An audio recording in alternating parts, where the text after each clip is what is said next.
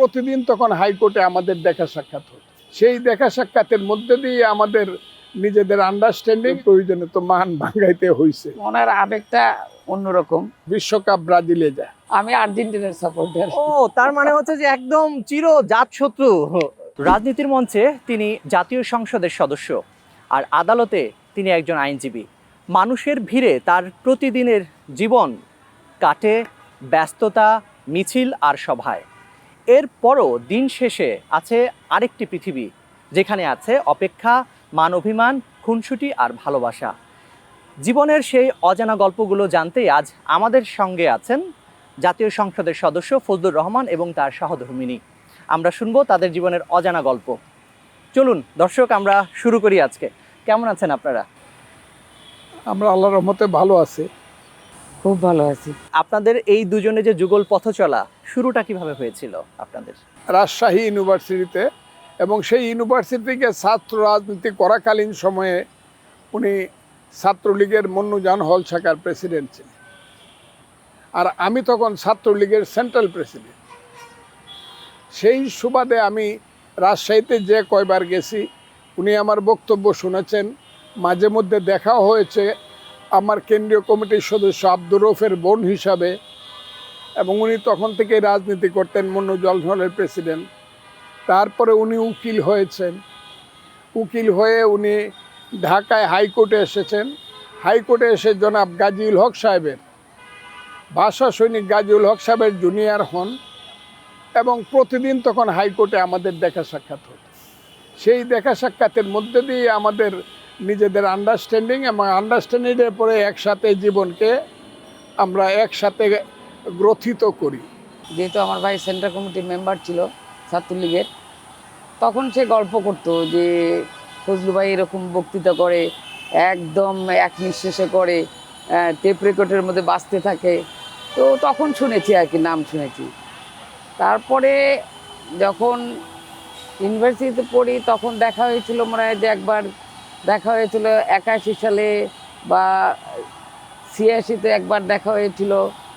তারপরে দেখা হয়েছিল আরও 91-এ, এরকম দেখা হয়েছে। কিন্তু আমি যখন ইউনিভার্সিটি পেরিয়ে যখন আমি ঢাকায় আসি, হাইকোর্টে আসি, আসার পরে এখানে হাইকোর্টে দেখা হতো, কোনো কথা তেমন হইতো না আর কি, কথা হতো না। সে ছাত্রনেতা, সেন্ট্রাল কমিটির প্রেসিডেন্ট, শুধু শুভেচ্ছা বিনিময় বা ওই সালাম বিনিময় এরকমই হইতো আর কি। একজন আরেকজনের প্রতি দুর্বল, সেটা কিভাবে বুঝলেন আর কি, কখন বুঝলেন? না, এটা অনেক পরে হয়েছে আর কি, অনেক পরে। এটা সম্ভবত গণ আদালত হওয়ার পরে, জাহানারা ইমাম যখন ছিলেন, তো গণ আদালতে 24 জনের কিন্তু আমি একজন আর কি। তার অনেক পরে এটাই হলো ব্যাপার, কোনো আদালতের সদস্য। খালাম্মার সাথে যখন থাকতাম তখন দেখা হইতো আর কি।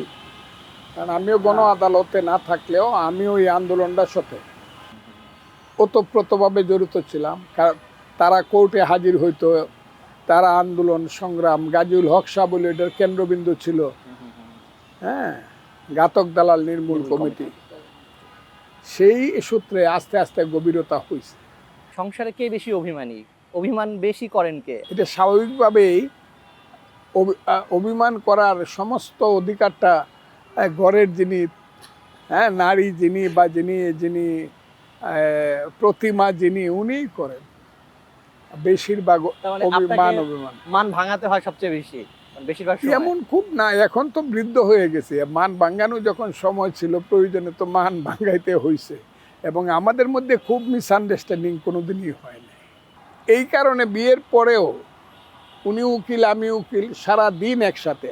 বোঝাপড়াটা খুব শক্ত, খুবই শক্ত। সকালবেলা ঘুম থেকে উঠেই দুজনে পার্কে হাঁটা, নাস্তা করা, তারপরে কোর্টে যাওয়া, কোর্ট থেকে বাসাতে যাওয়া, বাসা থেকে বেরোতে হলে যেখানে যাই একসাথে যাওয়া। এইটা বোধহয় একটা উদাহরণ বাংলাদেশের, যে আমরা দুইজন প্রায় 24 ঘন্টা একসাথে থাকি। কে আগে মান ভাঙাতে যান? মানে প্রথম দিকে হয়তো যখন বিয়ের পরে প্রথম দিকে মান ভাঙাতো আর কি, এখন আর ভাঙানোর প্রয়োজন মনে করে না। বয়স হয়ে গেছে, এখন আর মনে করে না আর কি। যদি কোনো জায়গায় মতের অমিল হয়, তাহলে সেটা দিক মানে সেটা শান্ত করার জন্য কিংবা পরিস্থিতিটাকে সামাল দেওয়ার জন্য কি আগে এগিয়ে আসেন? আমি আসি এই কারণে, কারণ আমি পলিটিক্স করি, তো উনি আমার সঙ্গে সার্বক্ষণিকভাবে শুধু পারিবারিক জীবনে না, শুধু আইনগত জীবনে না, আমার রাজনৈতিক জীবনে সার্বক্ষণিক যুক্ত উনি। ওই যে আমি এলাকায় যাই, প্রতি মুহূর্তে তিনি যুক্ত। অনেক সময় দেখা যায় এলাকার কর্মীরা আমার কাছে অনেক কথা বলে না, কিন্তু তারা ভাবির কাছে বা দাদির কাছে বা চাচির কাছে আইসা কথাটা খুব অন্তর খুইলা বলে। আবার একটা কর্মীকে হয়তো বা আমি ধমক দিলাম, গালি দিলাম, সে রাগ করলো, কান্নাকাটি করলো, উনি গিয়ে আবার তাকে একটু নারিশ করে দিল, একটু করলো, আয় যায় আয় দেখে আমার কাছে, আমারে করলো তুমি তাকে এই করলা কেন। এইরকম আমার পলিটিক্সেরও একটা সার্বিক দিক বলতে গেলে উনিই দেখেন।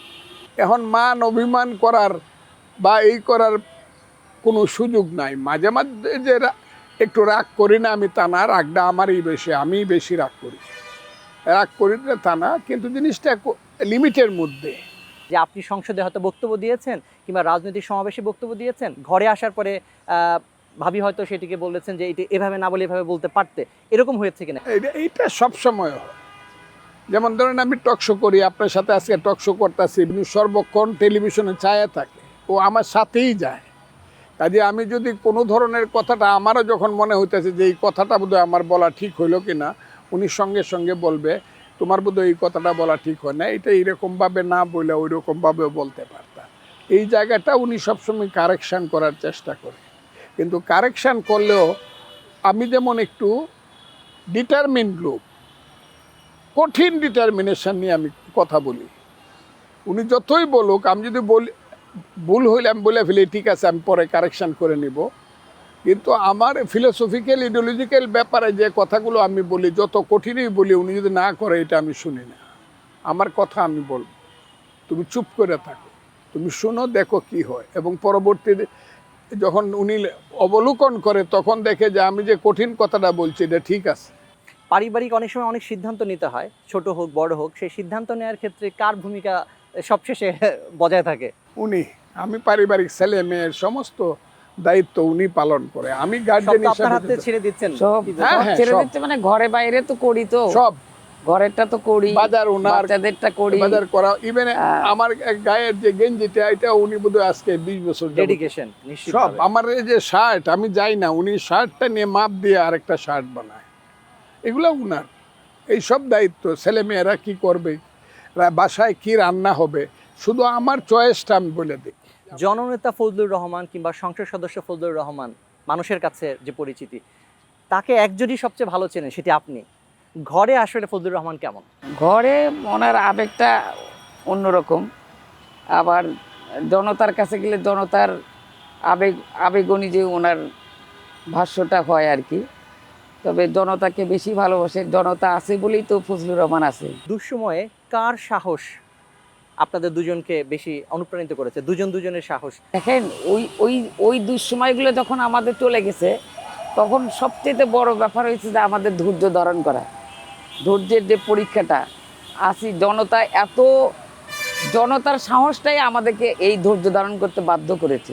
আমি যে রিস্কটা স্বাধীনতা বিরোধী শক্তির বিরুদ্ধে নিয়েছি, এইটা risk of my life. At any moment আমার বাসা আক্রমণ হয়েছে বা হইতে পারতো, আমি যে কোনো এখানে মরতে পারতাম, মেরে মবে ফেলতে শিকারও পারতো। হয়েছেন আপনি। হ্যাঁ, কিন্তু এই রিস্কটা নেওয়ার আগে আমি আমার স্ত্রীকে জিজ্ঞাসা করেছি, কারণ আমি ভেবেছি বাহিরে যাই হোক, ঘরে যদি আমার সমর্থন না থাকে, আমার স্ত্রী যদি সবসময় বলে তুমি যা করো এটা আমি সমর্থন করি না, তাহলে আমার কাজটা কিন্তু আমি করতেও পারবো না, সাকসেসও আসবে না। কাজে আমি তাকেই প্রথম বলছি যে রেখা, আমি কিন্তু আমার লাইফ রিস্ক নিব, তুমি রাজি কিনা। কেন লাইফ রিস্ক নিবা? আমি রাজাকারদেরকে এই পর্যায়ে যেতে দিব না, আমি রাজাকারের হাতে দেশ ছাড়বো না, আমার আপ টু দ্য ডেথ আমি এদের বিরুদ্ধে সংগ্রাম করব। তুমি আসো কিনা বলো, তুমি বিধবাও হইতে পারো, তোমার সন্তানরা এতিম হইতে পারে, আমার বাবারা এটাইকে বলছে, আমার ছেলেরা, তোমরা এতিম হইতে পারো, তোমরা রাজি কিনা আমার এই রিস্কে? এই সব রাজি হয়েছে, ইয়েস, তোমার সাথে আর কেউ না থাকুক। আমার স্ত্রী বলছে আমি আসি, সন্তানরাও বলছে বাবা তুমি আগে। এটা তো একটা স্পিরিট। হ্যাঁ, এটা তো পারিবারিকভাবে যদি আপনি ঐক্যমত গড়ে তুলতে না পারেন আপনার সংগ্রামের পক্ষে, আপনার রিস্কের পক্ষে, স্ত্রী যদি সবসময় বাধাগ্রস্ত করে আপনাকে, আপনি কিচ্ছু করতে পারবেন না।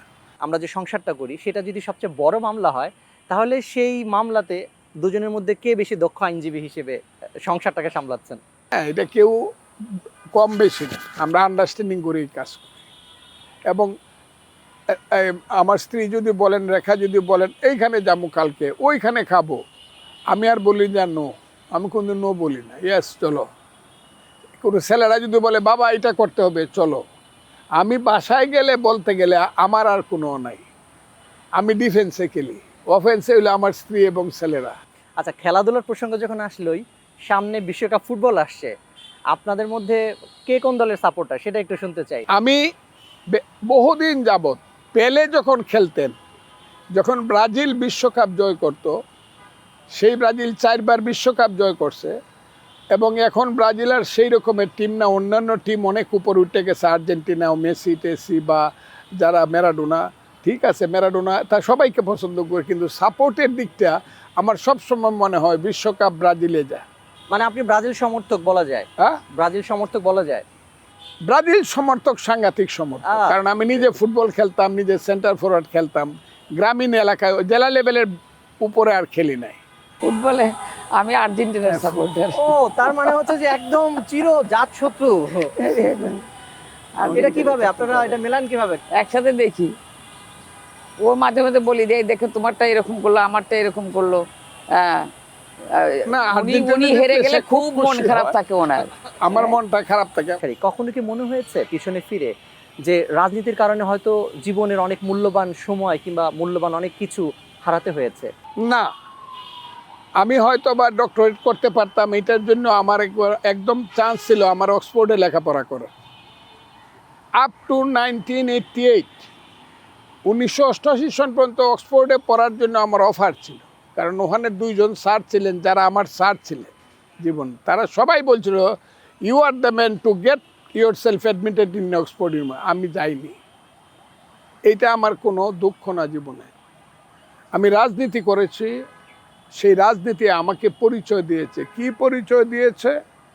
আমার বাবা একজন সাধারণ চেয়ারম্যান ছিলেন, আমার বড় ভাই একজন চেয়ারম্যান ছিলেন, আমাদের পারিবারিক লেভেলটা ছিল গ্রামীণ মধ্যবিত্ত শ্রেণী, কৃষক। সেই মধ্যবিত্ত শ্রেণী থেকে এসে আমার বাড়ি ইটনা, যেখান থেকে কিশোরগঞ্জ আসতে প্রথম জীবনে 1.5 দিন লাগতো, পরে 1 দিন, এখন লাগে মাত্র 2.5 ঘন্টা। সেই কিশোরগঞ্জ সদরে আমি ইটনা থেকে এসে, আমার গ্রাম থেকে এসে এমপি হয়েছি। আপনার স্বামীর সাহসী উচ্চারণ, সেটি সংসদে হোক কিংবা কোনো সভা সমিতি কিংবা রাজনীতির মঞ্চে হোক, অনেক সময় ওনার সমালোচনা কিংবা ওনার সত্য বচন অনেকে সহ্য করতে পারেন না, যার প্রেক্ষাপটে অনেক ধরনের নেতিবাচক সমালোচনা আসে, সেগুলোকে কিভাবে সামাল দেন? যারা তার সম্বন্ধে মন্তব্যগুলো করে তারা আসলে কিছুই জানে না। একজন মানুষ সম্বন্ধে মন্তব্য করতে গেলে তার সম্বন্ধে আগে জানা দরকার, জেনে শুনে তারপরে মন্তব্যটা করা দরকার। এরকম দেখি অনেক সময় মনে হয় যে ওদের ফোন করে বলি, কিন্তু ফোন করে বলবো কি, ওদের তার ঠিকানা আমি জানি না। তো এইটা আমার কাছে তেমন কিছু মনে হয় না, যে ওরা জানে না বোঝে না দেখে এই কথাগুলো বলে। সংসার টিকিয়ে রাখার রহস্যটা কি? এটা হলো মূল কথা, হলো স্বামী স্ত্রীর সাংঘাতিক ধরনের আন্ডারস্ট্যান্ডিং 1। 2 নম্বর হলো, প্রথম হইল স্বামী স্ত্রীকে শ্রদ্ধা করতে হবে, কারণ আমাদের যে পুরুষানুক্রমিক সমাজ চলছে, আর এখন যে রাজাকার আলবদর রায় এবং এইখানে অন্ধকারের জীবেরা যেভাবে নারীকে অপমান করতেছে, নারী কোনো মানুষ না, নারী কোনো মানুষ না। সেইখানে যদি নারীকে, স্ত্রীকে সম্মান করা যায় এবং তাকে যদি অধিকারটা সেইভাবে দেওয়া উচিত বলে আমি মনে করি। আজকের প্রজন্মকে বলবো, তোমরা তোমার স্ত্রীকে ঘরে যখন সংসার করবা সেই অধিকার দিবা। সর্বক্ষণ যে মায়ের গর্ভে জন্মগ্রহণ করেছো সেই মায়ের কথা মনে করবা, যে পিতার ঔরসে তুমি এসেছিলা, সেই পিতার কথা তুমি স্মরণ করবা। কথাটা খুব ক্লিয়ার। এইটা হইলে পরে আজকের প্রজন্ম যা আমি দেখতেছি, এই যে এখানে বৈশাখ করতেছে, এই তো ইউনিভার্সিটি রেসকোর্সের পরেই, এইখানে যে স্লোগান হয়, এইখানে যেমন কুকথা বলে বক্তৃতা হয়, এরাই হিরো হয়।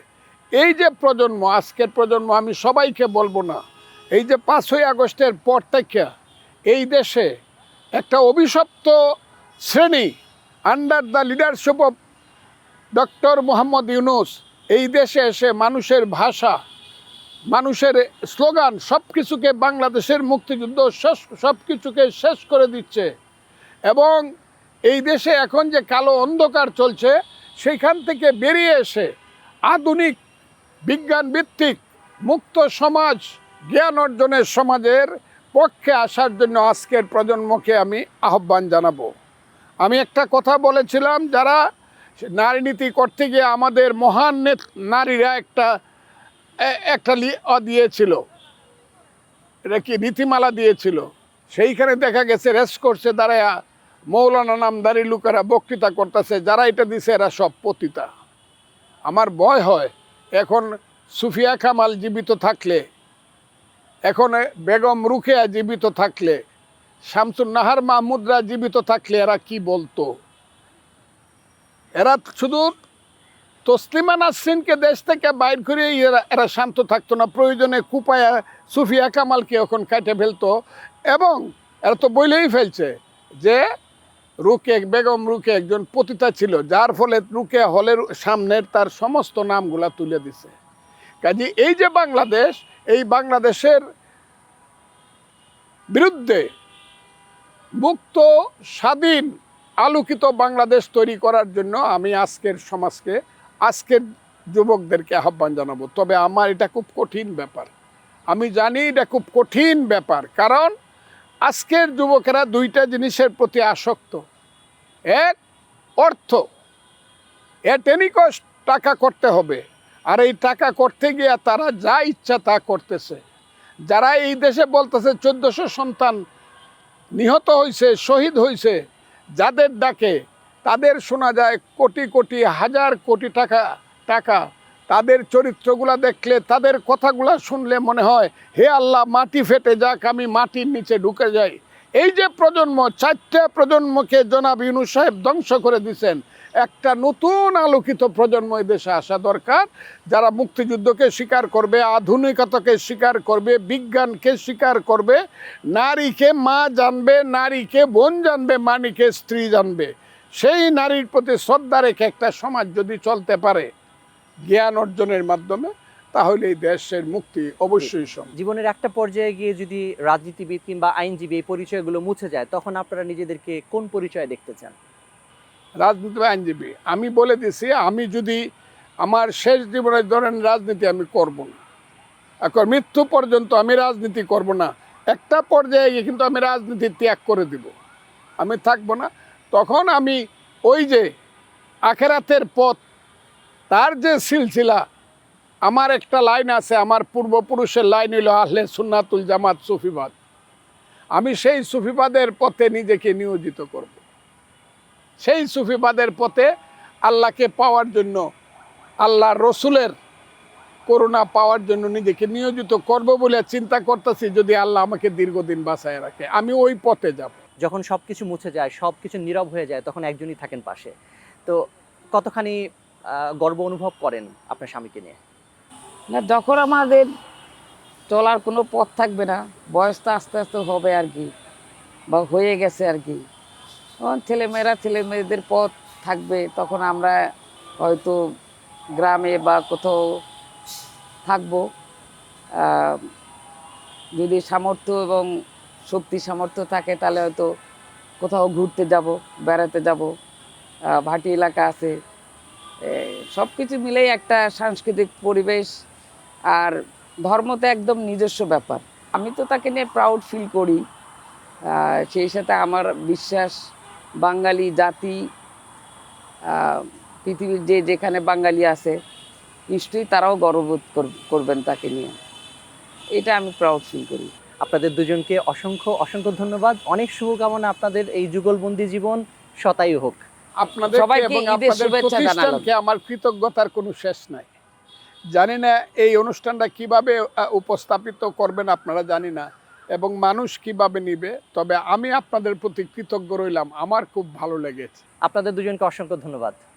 দর্শক, আজকের মতো বিদায় নিচ্ছি। স্টার নিউজের সাথেই থাকুন।